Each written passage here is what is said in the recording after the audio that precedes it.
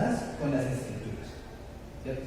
El segundo dice, Jesús es reconocido como maestro de las Escrituras, ¿cierto? Y el 3 dice, Jesús, el cumplimiento de las Escrituras. Entonces, antes de empezar, hermanos, inclinemos un momento nuestro rostro y vamos a hacer una oración. Señor Altísimo, te doy muchas gracias, Señor, por esta mañana.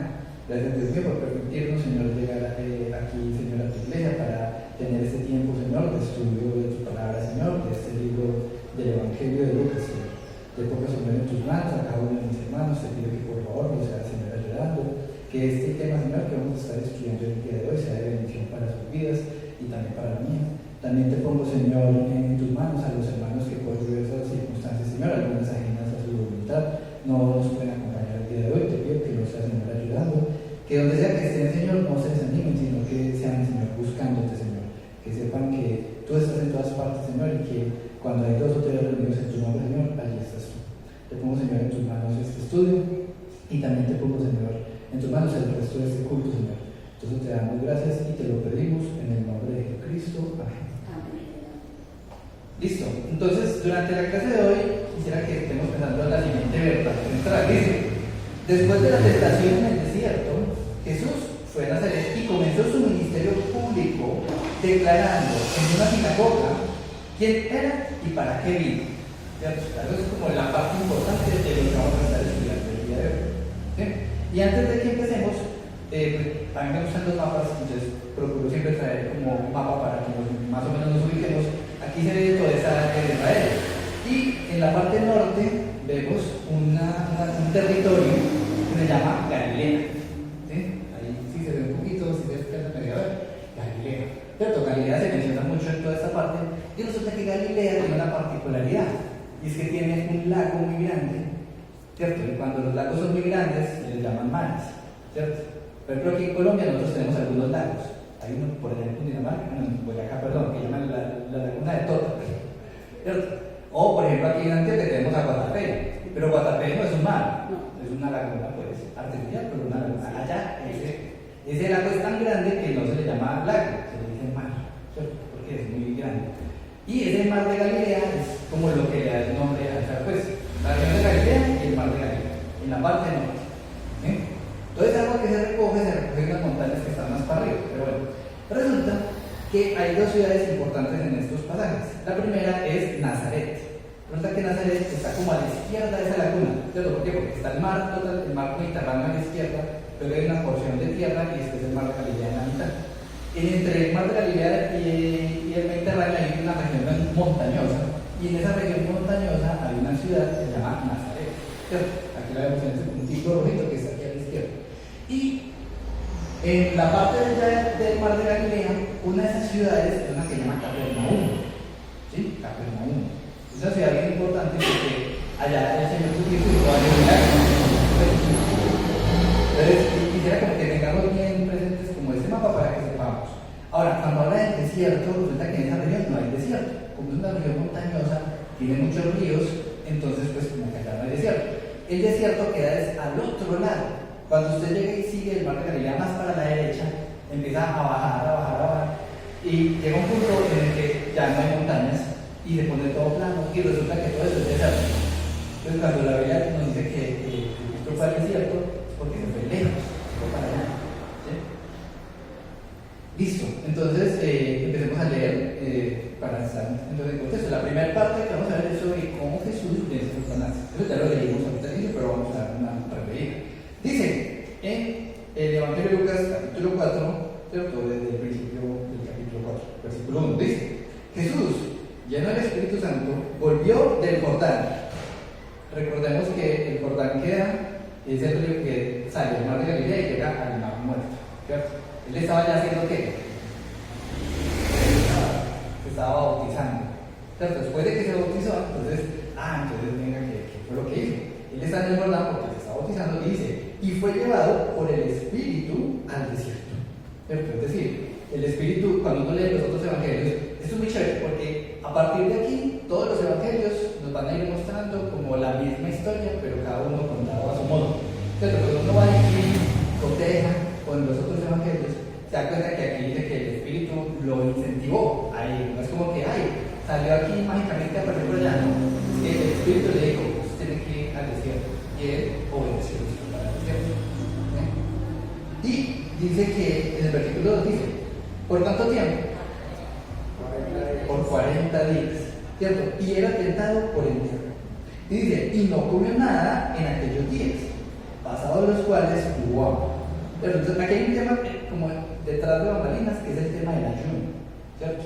¿Por qué? Porque entonces la gente dice, no, que es que hay que ayunar, y hay que, pero hay que ver que el ayuno tiene, o sea, no vamos a hacer un estudio del ayuno, pero de todas maneras, importante, si les interesa el tema del ayuno, Isaías capítulo 58, Isaías capítulo 58 nos da una idea sobre el ayuno. ¿Por qué? Porque resulta que el pueblo, y de hecho se tiene hoy en día, como hay muchas personas que tienen esa idea, que no, es que yo ayuno para que Dios me cumpla una petición. Y a veces lo que sucede es que la gente cree y espera que esté haciendo el ayuno, Dios le torne la mano a Dios y él va a hacer lo que la persona quiere. Como para obligar.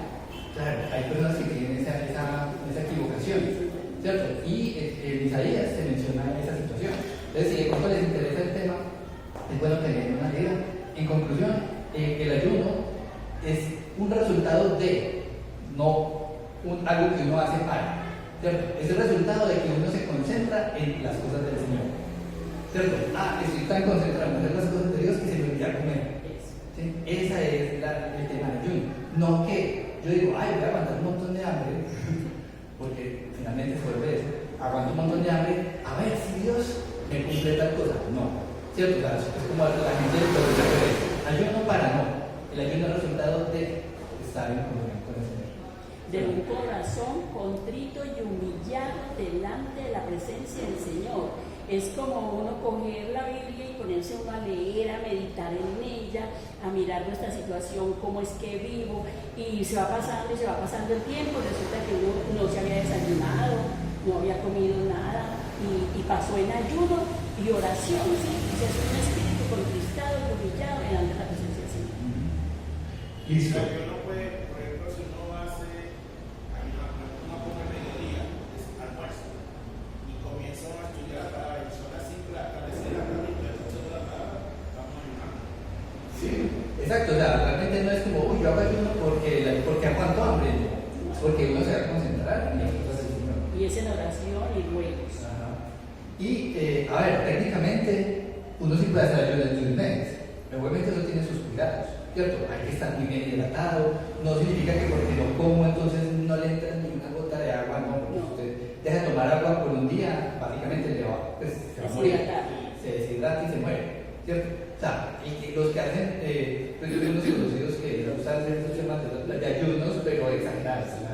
Como, ayuno una semana. Y yo digo como, uy, ¿cómo se te ocurre? Pero eso es posible. Pero, ¿qué pasa? Entendiendo que el contexto real del ayuno bíblico tiene que ver con eso. Pero porque la gente suele hacer ayunos y quieren por razones médicas o porque están bajando de peso y están demasiado gordos y dicen, no, pero es que el médico me sugirió que hiciera un ayuno y tal. Bueno, esos son casos particulares. Pero en este caso, Jesucristo se fue para el desierto, ¿cierto? Y la razón de su ayuno era que él estaba ya en oración, ¿cierto? ¿Por cuánto tiempo? Dice que 40 días. ¿Y qué pasa en esos 40 días? Pues dice, no dijo que tenía hambre todos los 40 días. Y él era Dios. Sí, pero entonces dice que pasados los 40 días, leamos el versículo 4, versículo 2 del Evangelio de Lucas. Dice, y por 40 días, y era tentado por el diablo, y no comió nada en aquellos días, pasados los cuales, entonces ese día tuvo hambre. O sea, ya había pasado los 40 días, de verdad era que ya era física hambre. Y entonces aquí viene un personaje, ¿cierto?, que es muy bien conocido, y dice, entonces, versículo 3, entonces el diablo le dijo, y aquí empieza una serie de que son tentaciones, ¿cierto? Y vamos a ver, son 3 tentaciones, ya lo habíamos de ahorita, pero esas 3 tentaciones, cada una tiene un objetivo diferente y apunta a la humanidad de Jesucristo, ¿cierto? Cada una de ellas, si usted dice, uy, voy a tentar a Dios con esto, eso no, pues no tiene cabida. Pero cuando uno piensa, voy a tentar a un ser humano con esto, pongámonos nosotros en el lugar de la persona que escucha estas proposiciones, a ver qué diría uno como ser humano. Vamos a ver, entonces dice, entonces, versículo 3, el diablo le dijo, si si eres hijo de Dios, di a estas piedras que se conviertan en pan. Es que si usted tiene mucha hambre, yo no sé si a usted le ha pasado, que uno llega y se echa de pronto una caminata muy, muy, muy larga, y mientras uno está caminando uno no siente nada. Y apenas uno llega y se queda quieto. Y dice, ¿pero qué es esta hambre? Y uno es como lo que sea, lo que me den. Que es que me dan un plato de comida fría. O sea, no importa, yo tengo mucha hambre, ¿cierto? O sea, uno casi que agarra lo que sea. Y claro, si a un ser humano le lleva 40 días sin comer nada, yo creo que es malo. Entonces, uno como ser humano, de pronto lucha. Pero entonces dice el versículo 4, dice, Jesús respondiendo le dijo, ¿qué dice? Escrito está. Recuerden que estamos en el capítulo 4, versículo 4. Escrito está. No solo de pan vivirá el hombre, sino de toda palabra de Dios. ¿Sí? Hermanos, ¿qué opinan de esa celebración? Que mientras que nosotros mantengamos el conocimiento de la palabra del Señor, el Señor no vamos a tener hambre, vamos a ser nutridos de la palabra del Señor. Claro, ¿qué otra opinión tienen con respecto a esa celebración? No solo de pan vivirá el hombre, sino de toda palabra que viene de Dios. O sea, es como no se preocupe por la comida que se va, sino preocúpese por estar satisfecho con la palabra bendita de Dios, que es las Sagradas Escrituras. Entonces, llénese de esa escritura y oren y clamen y esté conmigo, que yo satisfago todas sus necesidades. Pero entonces, si a nosotros nos llega alguien con mucha hambre, espiritual, allí no cojo la Biblia y aquí no estamos hablando de hambre espiritual. Aquí el diablo llega es con hambre real. Y Jesucristo como ser humano en ese momento tenía hambre. Y no es como que, solo se pasó el almuerzo, se aguanta. No, yo ahí mismo voy y busco a ver qué hay y ahí mismo vengo y le traigo, sí. Pero entonces, claro, el diablo, el problema no era el pan, el problema era la razón por la que el diablo le decía que pida pan. Es decir, que, si eres el Hijo de Dios, o sea, estaba poniendo en duda, ¿cierto? Que si él no hacía esos milagros de convertir pan de piedras, entonces que él no era el Hijo de Dios. Entonces aquí Jesucristo es inteligente y pero le yo responde también con la pienso palabra. que el bandido lo estaba era probando a ver si hacía el milagro porque él lo dijo. Claro, o sea, sí, es que es como es que si entonces B, ¿cierto? Entonces, claro, para Jesucristo no hubiera sido tampoco una cosa del otro mundo decir, porque esto hubiera de mal, era posible. Pero si él lo hacía, entonces estaba diciendo que estaba dándole validez a esa duda que el diablo estaba poniendo, ¿cierto? Y él responde de una manera muy sabia, dice, escrito está. Y hermanos, cada vez que nos enfrentemos a alguna tentación o veamos algo, el Espíritu Santo nos muestra y nos trae a la memoria versículos, pasajes que tienen a veces que ver con eso.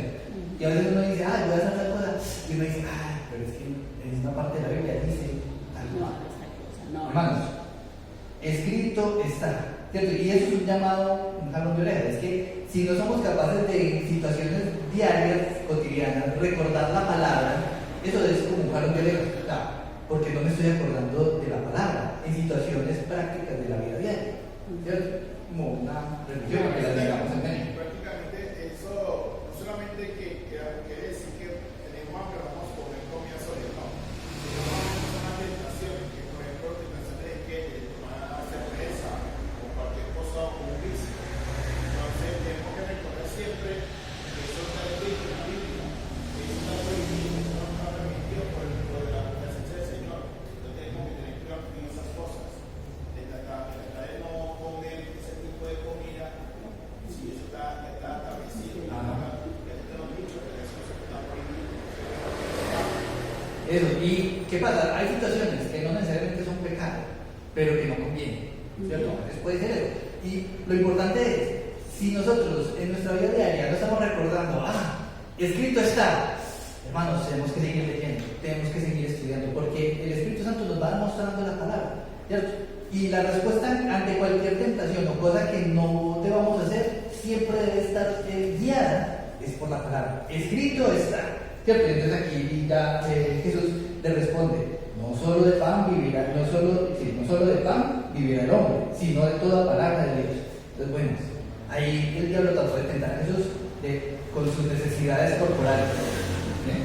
¿Por qué? Porque era el tema del hambre. Luego dice, capítulo 4 de Lucas, versículo 5, dice, y le llevó el diablo a un alto monte y le mostró en un momento todos los reinos de la tierra. Y le dijo el diablo, a ti te daré toda esta potestad y la gloria de ellos, porque a mí ha sido entregada y a quien quiero la doy. Hermano, yo les hago una pregunta. ¿Quién se la va a entregar? ¿Quién le entregó esa potestad al diablo? O sea, el diablo la cogió. No, realmente el diablo. Realmente Dios le permite al diablo, ¿cierto?, hacer cosas. Entonces él dice, a mí ha sido entregada. Entonces uno se pregunta, bueno, ¿quién se la entregó a él? Dios, sí. O sea, hay muchas naciones que Dios permite que sean unas personas inconversas y terribles los que tienen esas naciones, ¿sí? Y uno lo nota, ¿cierto? Hay naciones que en verdad uno dice que están perdidos, ¿sí? De muchas razones, y por todas las cosas que hacen, y por todas las cosas que permiten, ¿sí? Pero Dios permite eso, ¿cierto? Por diferentes razones, no vamos a entrar aquí a analizar, a explicar, porque finalmente el que tiene el control es Dios. Porque para que uno diga que pues, uno es esclavo del Señor, sino que uno es libre, ya uno toma su decisión y Dios te le va a dar consecuencias. Y él quiere que unimos a él, pero de corazón, de amor, no de obligación, sino de amor de corazón que llega a él. Pero en este caso, digamos que la tentación con la que viene Satanás es que él llega y le dice a Jesús, fuera. Tanto esa cantidad de naciones, y todas, según el diablo, le pertenecen al diablo. ¿Pero por qué? Porque él dice, porque a mí han sido entregadas. Eso es lo que está diciendo. Y entonces él llega y dice, entonces continuemos. Dice el versículo 7, porque nosotros leemos el pedacito, dice, si tú postrado me adorares, todos serán tuyos. Claro, entonces ahí dice, si usted me adora, yo le voy a dar todas estas naciones que me pertenecen. Y que me han sido entregadas. Ahora que me han sido entregadas, como que la pasa rapidito para que no haya ¿cómo se dice? Como un mucho análisis. Sí, como para que así pasó ahí al H. Pero lo cierto es que realmente todas las cosas y todas las naciones pertenecen a Dios. Dios es el que define quién hace qué y dónde y cuándo. ¿Sí? Y ya lo venía a planificar del Antiguo Testamento. Yo le leo esta partecita que es muy interesante porque me llamó mucho la atención. En Deuteronomio 8, versículo 3 dice, y te afligió y te hizo tener hambre y te sustentó con maná, comida que no conocías, ni tú ni tus padres le habían conocido, para hacerte saber que no solo de pan vivirá el hombre, mas de todo lo que sale de la boca de Jehová vivirá el hombre. Entonces uno mira que todo, aquí el Señor va cumpliendo paso a paso todo lo que está establecido por la palabra del Señor. Eso, y ahí el pasaje que yo lo hermano es justamente de donde proviene esa frase de no solo de pan vivirá el hombre, sino de la palabra que viene de la boca de Dios. Y eso lo que vemos que significa es que Dios tiene promesas. Entonces uno no tiene que estar buscando esos milagros, sino que uno tiene que ir a buscar la palabra, esas promesas que ya Dios dio para ver qué es lo que dice. Y que el control lo tiene Dios, no el demonio. Ajá. Pero venga, que esa fue la primera tentación, que era una tentación corporal. Luego aquí viene la segunda tentación, ¿cierto? ¿Qué tipo de tentación es esa? La de las naciones. Es una tentación hacia el ego, ¿cierto? Hacia, venga, que es que usted es una persona poderosa. Si usted vino como Mesías, entonces usted, su función es reinar. Reine ya. Entonces, ¿qué le responde a Jesucristo? Leamos, capítulo 4, versículo 8, dice, respondiendo Jesús le dijo, vete de mí, Satanás. Y vuelve y dice, ¿por qué? Porque escrito está. Porque escrito está, al Señor tu Dios adorarás y a Él solo servirás. Entonces, claro, eso es una verdad totalmente inequívoca. Usted no tiene que estar adorando a seres humanos, ni a demonios, ni a nada. El único que requiere adoración es Dios. ¿cierto? Y a nadie más, por nadie más le tiene que estar enseñando uno. ¿Okay? Entonces, y no solo eso, sino que vuelve y le dice, escrito está, hermanos, escrito está, escrito está. O sea, si hay una frase con la que nos tenemos que ir a vivir en la cabeza es, escrito está. Y procuremos en todas las situaciones de la vida recordar, escrito está. La Biblia dice algo sobre este tema. Me pasa algo, no, la Biblia dice tal. Hermanos, en la medida en que más estudiamos y más interiorizamos esa palabra, en situaciones de la vida más se nos van a venir esos pasajes. Y vamos viendo las aplicaciones. A veces uno pasa por encima y uno no le ve como la utilidad. Pero llega un día en el que algo pasa y uno dice, pero es que la Biblia dice tal cosa. Escrito está. ¿Sí? Continuemos. Versículo 9. Porque esa fue la segunda tentación. Luego viene una tercera tentación. Dice, y le llevó a Jerusalén y le puso sobre el pináculo del templo. Bueno, yo te hago una pregunta. ¿Qué es eso del pináculo del templo? La parte más alta para que pudiera ver todo. Eso, resulta, pero el templo ¿cómo es?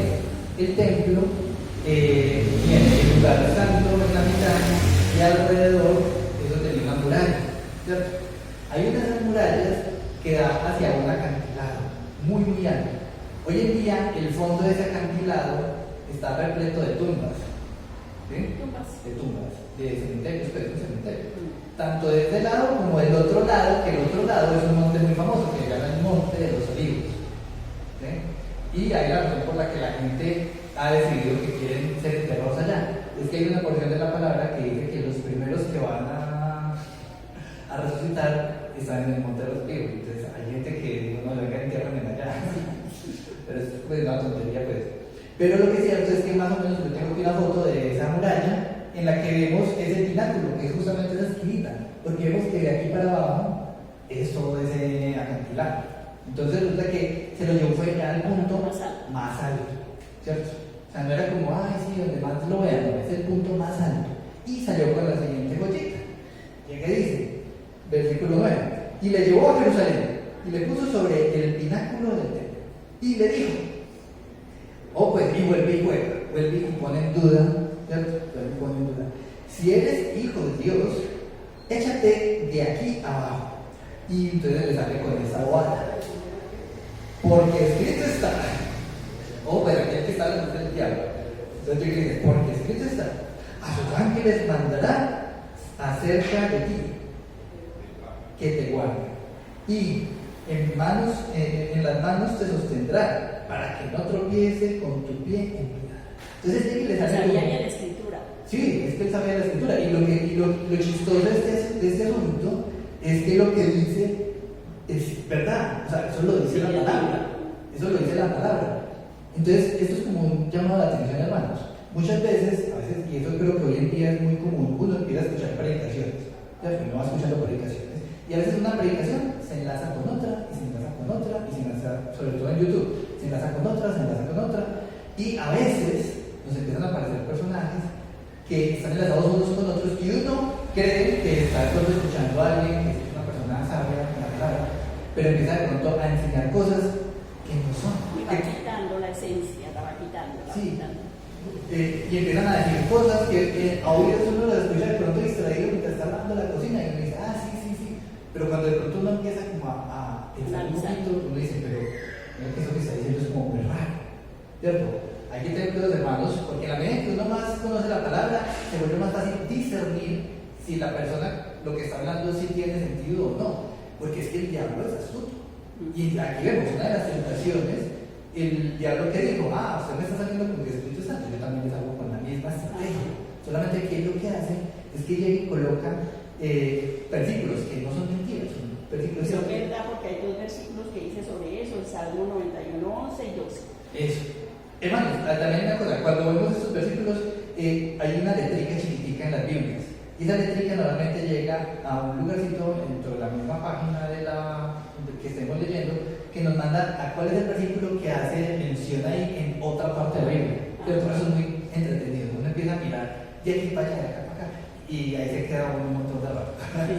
Pero es bueno que lo hagan porque cuando uno va viviendo el contexto en el que lo dijeron, ¿cierto? Y ver si esos contextos si aplican o no. Se los dejo de tarea para que vuelvan a leer esos versículos a ver qué era lo que hacía mención en los versículos de los salmos, a ver si eso se aplicaba o no. Pero en realidad eso no aplica en este momento, ¿cierto? Porque eso tiene otra connotación diferente. Pero aquí Satanás es astuto y entonces trató de confundir con la misma palabra. Exacto, eso me iba a referir yo, que uno va leyendo y oyendo este ministro o esta persona, y uno oye y oye, y de pronto uno coge la Biblia y dice, ¿de dónde salió este? Con eso, si la Biblia no dice así. Pues a veces sí lo dice, pero por lo dice para defender. Porque como uno tiene que leer es lo que uno está leyendo así ordenadamente para saber el contexto que tiene, y entonces uno tiene un contexto ahí en mente y va leyendo, pues de pronto se desviaron por una parte, se desviaron por otra, y ya uno como que reacciona, pero eso lo hace que personas que leen la palabra del Señor constantemente. Eso, hay una frase no se que dejan engañar. Sí, hay una frase que dice, un texto fuera de contexto. Un texto fuera de sí, contexto es un pretexto. Eso, un texto fuera de su contexto se convierte en un pretexto. Exacto. Es que es la verdad. ¿Por qué? Porque a veces uno va y lee esa estrategia de que no, Dios me va a hablar hoy, y llegan y hablan así de forma aleatoria, y entonces dicen, Judas se colgó. No, hermanos, eso es un error. O sea, uno no puede ir diciendo como que yo hablo y lo que Dios me muestra que salga. No, hermanos, la Biblia hay que estudiarla bien. Y estudiarla bien es entender que cuando yo leo algo, ¿cuál es el contexto? ¿A quién iba dirigido? ¿Qué hizo la persona? ¿Esto es una historia o esto es una enseñanza que es para ¿esto aplicó solo al pueblo de Israel o también aplicará a la iglesia? ¿Esto es algo que ya pasó o es algo que va a pasar? Y eso es un tema que eso no es con una lectura ahí por encimita. Eso requiere sentarse, empezar a leer. A veces uno lee cosas y uno dice, yo no estoy entendiendo. Hermanos, si alguna vez les pasa, pues algunos de los hermanos aquí en la iglesia pueden siempre preguntar, ¿cierto? El pastor también es una persona para que le pregunten cuando tengan dudas. Yo leí esto y yo no entiendo bien a esto que se refiere. ¿Sí? ¿Por qué? Porque es que a veces hay que tener un contexto más amplio, y ese contexto más amplio pues requiere estudio. Entonces eso es como algo que es insalvable, hay que estudiar la palabra. ¿Sí? Pero entonces continuemos. Satanás le sale con esta medida, ¿cierto? Utilizando la misma palabra. Y entonces resulta que Jesucristo, pues obviamente él es Dios. Él ya sabía que le iba a salir con eso. Y le responde de una manera más sabia todavía. Dice, respondiendo Jesús le dijo, dicho está, no tentarás al Señor tu Dios. Y hermanos, aquí viene la cuestión. Claro, es que los pasajes que Satanás le sacó sí eran pasajes reales. Eran promesas reales, pero no eran para que usted las pusiera a prueba. ¿Cierto? O sea, no es como que, entonces me voy a lanzar de un puente para probar que Dios está conmigo y no me va a pasar nada. Hermano, eso no se explica eso, porque ahí mismo dice, no tentarás al Señor tu Dios. Esta parte aquí del versículo 9 y 10 se ve mucho más que hoy en día en las iglesias de los pastores falsos. Que ellos conocen, así como el diablo conoce la escritura, también ellos conocen la escritura y confunden a las personas, a los hermanos, los cristianos confunden, y eso es lo que pasa mucho en la iglesia. A veces uno ha visto que son entre comillas predicaciones y llega la persona que llega y abre la Biblia y medio lee cualquier cosa y ustedes creen que vuelve y se arrima a la palabra. Empiezan y son como media hora, una hora, hable y hable sin venir a buscar otra vez la palabra. Un solo versículo, y ya con eso hacen una cosa y llevan a la gente por una parte y por otra. Eso. Ahora, es cierto que a veces un pasaje da para mucho, pero entonces si usted tiene que respaldar. Sí, si usted empieza a solamente hablar historias y contar cuentos y contar anécdotas y darle como, no, porque es que es la palabra la que tiene que hablar, no la persona. Entonces, hermanos, a veces cuando uno empieza a notar ese tipo de cosas, esos son señales, que de pronto si usted está escuchando predicadores que son de ese estilo, o sea, yo no voy a entrar a mirar si son o no, cada uno, yo creo que estamos en la capacidad de ir discerniendo si son o no son.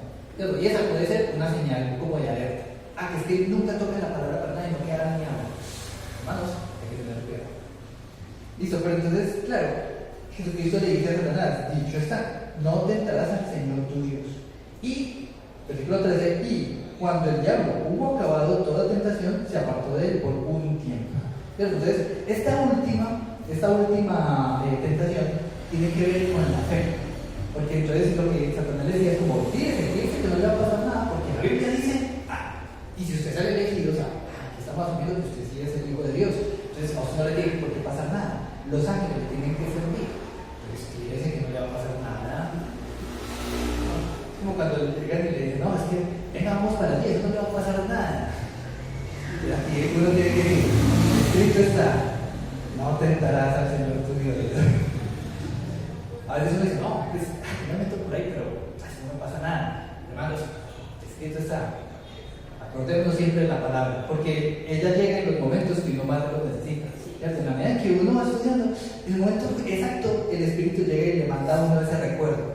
Y dice, ay, pero la Biblia dice tal cosa, ¿qué hago? No, hay que seguir la palabra. Listo, hermanos. Eso es con respecto a las tentaciones, ¿cierto? Yo creo que ese es uno de los pasajes bien interesantes. Ahora, un dato curioso.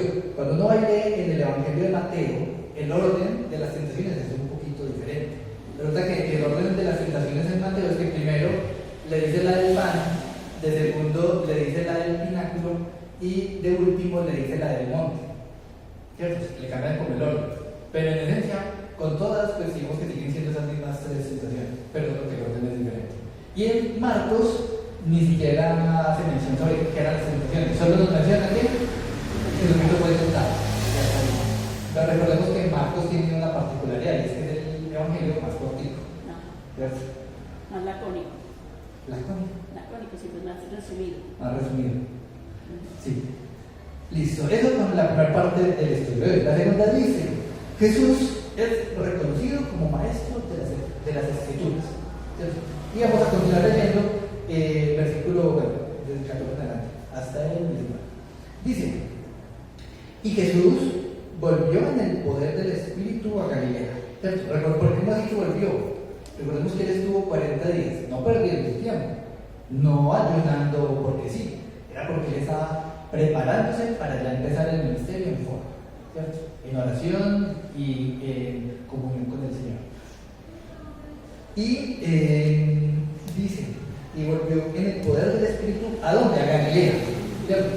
Y él era originario de dónde, o sea, él dónde vivía, en Nazaret, que quedaba en Galilea. Entonces dice que él volvió a Galilea. Y se difundió su fama por toda la tierra de alrededor.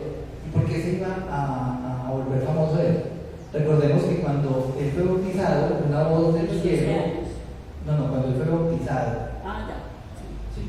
Pero cuando él era pequeño, entró a la sinagoga y recordemos que lo encontraron allá enseñando y todo eso, porque él siempre, el Señor, pues claro, lo guiaba hacia las cosas que tenía que hacer, ¿sí? Sí, pero no era, pero en este sí, ya en ese contexto eso no era tan plausible. ¿Por qué? Porque el pasaje que está dando la hermana es de un pasaje que no nos dio tiempo de estudiar, que está un poco antes, está en el capítulo 2, ¿cierto? Que es cuando se habla de la niñez del Señor Jesucristo, porque él fue a la sinagoga cuando tenía ya 12 años. A partir de los 12 años ya los niños podían acompañar y podían entrar al templo, ¿cierto? Porque es como, no es igual, pero haga cuenta que es como hoy la mayoría de edad. A los 18 años usted le da una cédula y usted ya tiene una responsabilidad.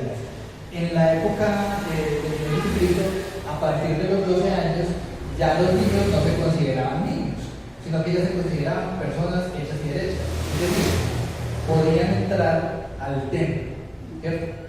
Y eso era algo que cuando el Señor Jesucristo llegó a esa edad, resulta que se les perdió a María y a José. Y cuando lo fueron a encontrar, él estaba con los estudiosos en el templo. No estaba en la sinagoga, estaba en el templo, discutiendo con ellos cosas de la Biblia. Y esos ancianos, personas muy estudiosas, se maravillaban y decían: uy, este niño de salió con tanto conocimiento. Claro, hay un tema, y es que los colegios como los conocemos hoy en día no son un invento tan antiguo, tal vez un invento como el año 1800. Eso de que llegan, pero ¿qué pasa? La sociedad judía sí tenía que la enseñanza de la palabra era para todo el mundo. O sea, entonces a los niños, sí, era obligatorio. A los niños desde chiquitos los enseñaban a escribir y a leer. ¿Y cómo los enseñaban a escribir y a leer? A la vez que les enseñaban la palabra. Entonces todos los niños a la edad de 12 años ya tenían todo el bagaje de por lo menos los 5 primeros libros de la Biblia, ¿cierto? Lo que llaman el Pentateuco, o lo que los judíos llaman la Torá, lo que es la ley. Torá significa ley. Y la respuesta que era: en las cosas de mi padre debo estar. Ajá. Y en ese contexto, claro, él se volvió reconocible, pero en Jerusalén, con los ancianos del templo, que eran personas estudiantes. Aquí estamos en un contexto diferente. Acá Jesús es una persona adulta y además él vive en el norte, en Nazaret. ¿Sí? Y él se volvió famoso y se volvió reconocible en ese momento fue porque cuando lo bautizaron, ¿cierto? Cuando Juan el Bautista lo bautizó, una voz del cielo bajó en forma de paloma y dijo: este es mi hijo amado, en el cual tengo complacencia. Entonces la gente dijo: venga. Sí. Y entonces la gente obviamente decía: ahí está Jesús. Y se perdió por más de un mes y después volvió. Entonces, claro, la gente dijo: ay, mira, este hombre llegó otra vez. Y vamos al versículo, eso fue el versículo 14. Entonces dice el versículo 15, dice: y enseñaba en las sinagogas de ellos, y era glorificado por todos. O sea, él empezó a hacer su proceso de ya empezar a enseñar. Y él iba a sinagogas y enseñaba. ¿Qué es lo que pasa? Resulta que vamos a ver la siguiente escena, y hay una cosa que quiero que tenga presente, y es que no a cualquiera le permitían leer los rollos. No a cualquiera le dejaban leer los rollos. Solo le dejaban leer los rollos a personas que la comunidad reconocía que eran personas que sí tenían el conocimiento y tenían la manera, sí, para enseñar y para leer, ¿cierto? No eran cualesquiera, eran personas reconocidas por las comunidades en las que estaban. Y otro detalle: ¿qué es una sinagoga? O sea, cuando hablamos de sinagogas en el Nuevo Testamento, porque recordemos, las sinagogas no existían en el Antiguo Testamento. En el Antiguo Testamento uno nunca va a leer que las sinagogas no. Resulta que las sinagogas eran lugares de estudio de la palabra. ¿Por qué? Porque en ese momento el templo era el sitio donde se hacían los sacrificios, era el punto de reunión en el que, según la fiesta en la que estuviera, tenía el pueblo por ley, tenía que arrimarse a una fiesta X. Ya todavía varias fiestas durante el año, había como 3 o 4, en ese momento no recuerdo. Pero las sinagogas era que en cada pueblito había un lugar de reunión en el que los sábados, o lo que llaman el sábado, ¿cierto? Se reunían para leer la palabra y estudiarla. Y no solo estudiarla, sino que se sentaban literal, era discutir la palabra, ¿cierto? No es como, o sea, es un poco diferente a lo que digamos estamos aquí, que es como que hay una persona que se pone al frente y enseña y tal. No, allá era también discusión entre las personas, decían: no, pero es que el profeta cuando menciona tal cosa, tal, y entonces entraban, eran discutir. Polémica. Pues no por polémica. Pero hablaban pues todos. Sí, hablaban como todos, pero no lo hacían por polémica, No. lo hacían a manera de estudio. Ahora, que se generaran polémicas con seguridad.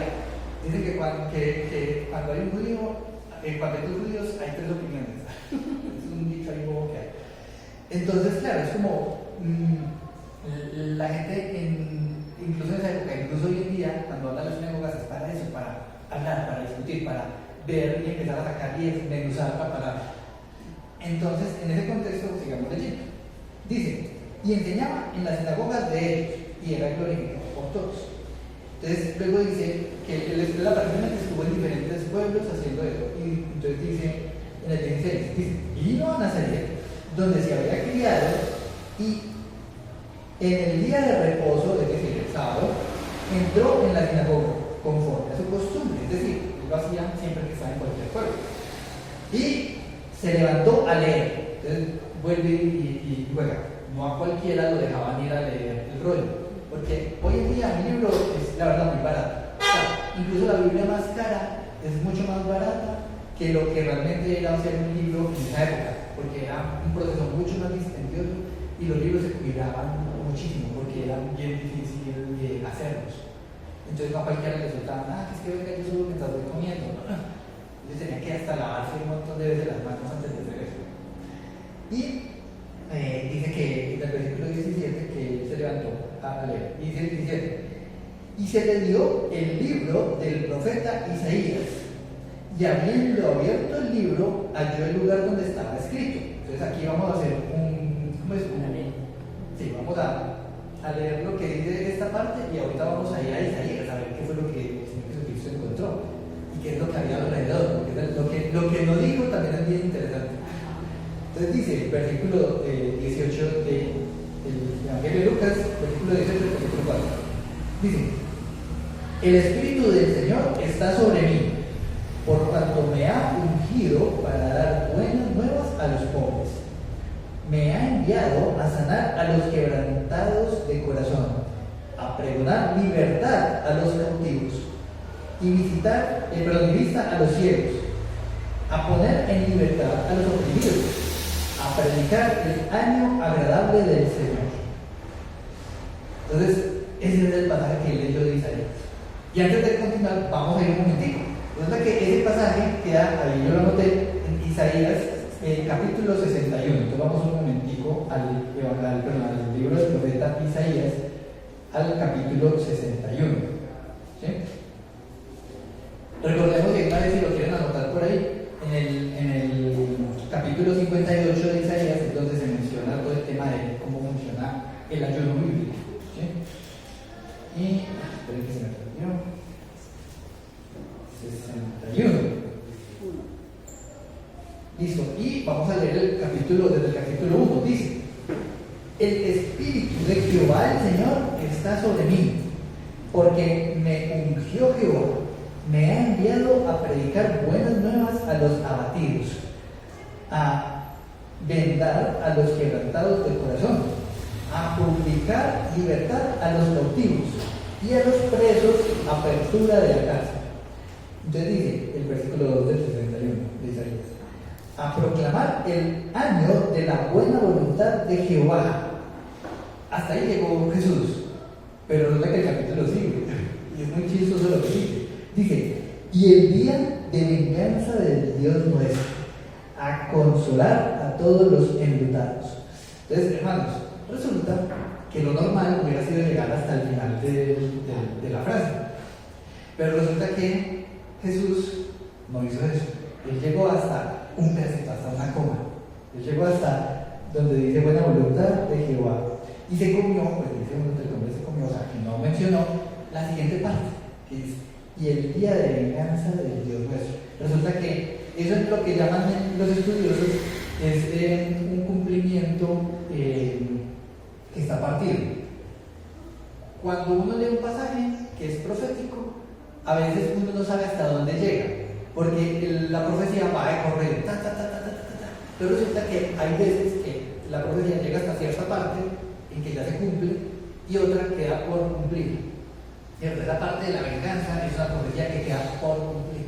¿Por qué? Porque uno lee, ahí se ve, hace parte de ese mismo paquetico de profecía, pero resulta que Jesucristo llegó solamente hasta una parte. Esa parte de la venganza viene en el futuro. De hecho, todavía no se ha tocado. Entonces, es la segunda venida de Jesucristo. Porque resulta que el propósito de la primera venida es justamente ese. Entonces, aquí vemos cuál es Jesucristo viene siendo la persona que va a cumplir esa profecía. Y entonces aquí introduzco la tercera parte del estudio de hoy, que es Jesús, el cumplimiento de las Escrituras. ¿Sí? Entonces, después de que Jesús lee y no lee esa última parte, que continuamos, veamos en el versículo 20 del capítulo 4. Dice: y enrollando el libro, lo dio al ministro y se sentó. Y los ojos de todos en la sinagoga estaban fijos en él. Y comenzó a decirles: hoy se ha cumplido esta escritura delante de vosotros. Es decir, él lo que estaba diciendo es que él, o sea, Jesús, era el ungido de Jehová. Y de una vez nos da una pista, o sea, básicamente nos dice a qué vino, ¿cierto? Pues vamos a leerlo. Aquí en el versículo 18 dice: el Espíritu del Señor está sobre mí, por cuanto me ha ungido para dar buenas nuevas a los pobres. Y dice: me ha enviado, eso es todo lo que vino Jesús a hacer en su primer venida. Dice: me ha enviado a sanar a los quebrantados de corazón, a pregonar libertad a los cautivos. ¿A los cautivos de qué? El pecado. Del pecado. Pues eso ya lo sabemos nosotros. En ese momento todavía no era tan claro. Dice: a pregonar libertad a los cautivos y vista a los ciegos. Ahí vemos de que a muchos ciegos, no, a muchos espiritualmente, nos abrió los ojos. Sí. A poner en libertad a los oprimidos, a predicar el año agradable del Señor, ¿cierto? O sea, a dar buenas nuevas, ese es el propósito por el cual Jesucristo vino, ¿sí? Y entonces resulta que, ¿qué sucedió? Entonces resulta que empezaron a murmurar. La gente escuchó que este hombre, que no era muy reconocido, que de hecho está en Nazaret, o sea, ellos lo vieron desde peladito, ellos ya sabían quién era. Entonces dice el versículo 22, dice, y todos daban buen testimonio de él, es decir, la gente daba buen testimonio de él, decían, es que Jesús no es un cualquiera, una persona que ellos conocían, sabían que era una persona muy inteligente, porque desde los 12 años, lo que mencionábamos ahorita, ya era reconocido que él sabía mucho de las escrituras. Y dice, y estaban maravillados de las palabras de gracia que salían de su boca, y decían, ¿no es este el hijo de José? Entonces llegaban y se maravillaban y decían, uy, pero ese maravillado no era como de que, oh, sí, sino que antes se extrañaban, decían, pero venga, este no era el hijo de José y María, tan raro, porque sale con una cosa de esas, ¿será que se enloqueció?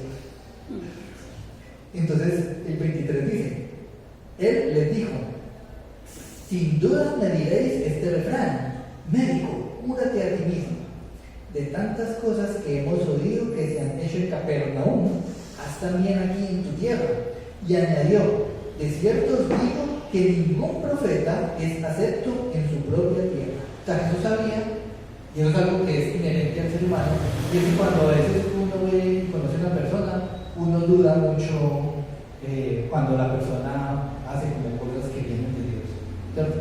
Por ejemplo, cuando una persona robaba o lo que fuera, y ya dejó de robar y cambió realmente porque Dios cambia a la persona, los que están alrededor, pues, no se la creen, siguen desconfiando. Y es como que, uy, venga, pero yo no me fío de que esto sea de verdad. Sí, cuando se lee esta porción de la palabra de Dios, hermanos, hay algo que es de especial atención, y es en el versículo desde el 20. ¿Por qué? Porque el Señor coge, se sienta y lo que le entregan es el rollo. Y él va directamente a una porción profética que está en Isaías, en el capítulo 61, los versículos 1 y 2. Y entonces dice, y enrollando el libro, lo dio al ministro y se sentó. ¿Qué era lo que pasaba? Cuando una persona que era letrada, que iba a enseñar, entonces hablaba, exponía, y cuando él se sentaba, todos los ojos y las miradas van a estar puestas en aquella persona que va a compartir o va a decir conforme a lo que ya leyó en el libro. Pero el Señor Jesucristo no va a ir a decir, y entonces el profeta Isaías, no, él lo que dice es, hoy se ha cumplido esta escritura delante de ustedes. Entonces eso es algo determinante. ¿Por qué razón? Porque lo que había en la escritura, una profecía que fue escrita por Isaías 750 años antes, entonces él dice, y eso que se escribió allá, hoy es verdad, mire, aquí estoy. O sea, yo soy ese ungido, un pueblo que viene esperando ¿a quién? Al Mesías, a esa simiente prometida, ese soy yo. Y entonces ya viene la otra parte, entonces terrenalmente todos daban testimonio, y entonces ya dicen, espera un momentico, ¿cómo es que va a decir eso? Si es que es hijo de José y de María. Entonces, esa audiencia que había ahí, para ellos eso debió haber sido impactante, porque hay personas que cogen y leen porciones de la palabra, y hoy hay muchos que dicen, y se trata de mí. ¿Cómo? Entonces uno dice, oigan a este, ¿cómo le ocurre? Cuando el Señor Jesucristo está hablando, porque comienza su ministerio después de haber salido del río Jordán, entonces a partir de acá va a empezar a darse una cantidad de cosas y las personas van a ver la vida pública del Señor, y ahí ya es determinante. Y esto que ven aquí en esta profecía, hoy se está cumpliendo en mí, dice el Señor. Entonces, digamos que ahí la parte chistosa es que empieza una discusión con las personas que están en la sinagoga. Entonces, sin que ellos digan, Jesucristo ya sabía lo que iban a decir. Entonces, dice el 23, dice, y él les dijo, sin duda me diréis este refrán, me dijo, cúrate a ti mismo. Y de tantas cosas que hemos oído que se han hecho en Capernaum, haz también aquí en tu tierra. Según lo que sigue en el capítulo, ahí por ejemplo, eso no lo vamos a alcanzar a estudiar hoy, ¿cierto? Hay una cantidad de cosas que Jesucristo hizo en Capernaum. Él, por ejemplo, liberó a una persona que estaba con demonios en Capernaum, ¿cierto? Y también sanó a la suegra de Pedro, que Pedro era un pescador y él vivía en Capernaum, ¿sí? Y también, eso lo vamos a seguir viendo ahorita. Entonces él hizo muchos milagros, ¿sí? Y esas famas y esos milagros ya habían llegado a oídos de la gente de Nazaret. Entonces, seguramente las personas, algunos pensaban eso, y Jesús una vez les dice, en el versículo 24, le añadió, de cierto os digo que ningún profeta es acepto en su propia tierra. Y en verdad os digo que muchas viudas había en Israel en los días de Elías, cuando el cielo fue cerrado por 3 años y 6 meses, y hubo una gran hambre en toda la tierra. Eso es una historia que sucedió, ¿cierto? Que el profeta Elías mandó a que no lloviera, y en cuenta de esa falta de lluvia ya no había forma de comer, porque no, pues en una sequía que crece nada, ¿sí? Y continuemos en el 26, dice, pero a ninguna de ellas, es decir, las viudas de Israel, a ninguna de ellas fue enviado Elías, sino a una mujer viuda en Serepta de Sidón, que es una ciudad que ni siquiera era propiamente judía, sino que era una ciudad lejos, ¿sí? Y resulta que Dios mandó fue a Elías por allá a que ayudara a una viuda que no era del pueblo de Israel. ¿Sabes qué? Eso es lo más raro, ¿sí? Entonces, dice el 27, y muchos leprosos, otro ejemplo diferente, muchos leprosos había en Israel en el tiempo del profeta Eliseo, pero ninguno de ellos fue limpiado, sino Naamán, el sirio. ¿Ustedes recuerdan la historia de Naamán? Resulta que Naamán era un general del ejército sirio y era un hombre que tenía lepra. Y resulta que una muchacha del exilio, porque recordemos que al pueblo de Israel lo repartieron por el mundo, una muchacha del exilio era sierva de ese sirio Naamán, del sirio. Y el pobre Naamán estaba totalmente lleno de lepra y la mujer le dijo a su amo sirio, dijo, no, es que hay un profeta que le puede sanar eso. Entonces Naamán con esa idea dijo, yo me voy, y se fue con un montón de regalos y cosas. Y cuando llegó donde Eliseo, que era el profeta en ese entonces, Eliseo dijo, vaya a lavarse en el Jordán. Y entonces el sirio dijo, pero ¿por qué me voy a ir a lavar en el Jordán? Y si hay mejores ríos que este. Y resulta que fue y le hizo caso, y de cuenta de eso, Dios le quitó la lepra a Naamán. ¿Cierto? Pero entonces la enseñanza que da Jesucristo acá es muy, pues es como algo que uno no había considerado. Habían muchas personas con lepra en el pueblo de Israel, pero Dios dijo, no, a los de Israel no los voy a sanar, voy a sanar a un extranjero, una persona de afuera, ¿sí?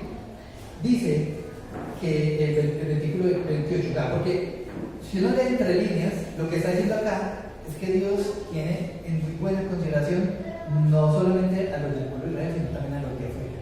Y ahí eso es una cosa que hiere el orgullo de muchas personas, de muchos judíos, porque decían que nosotros somos el pueblo de Dios, somos el pueblo escogido. Entonces los dos pueblos los tenían como si fuera lo peorcito, ¿sí?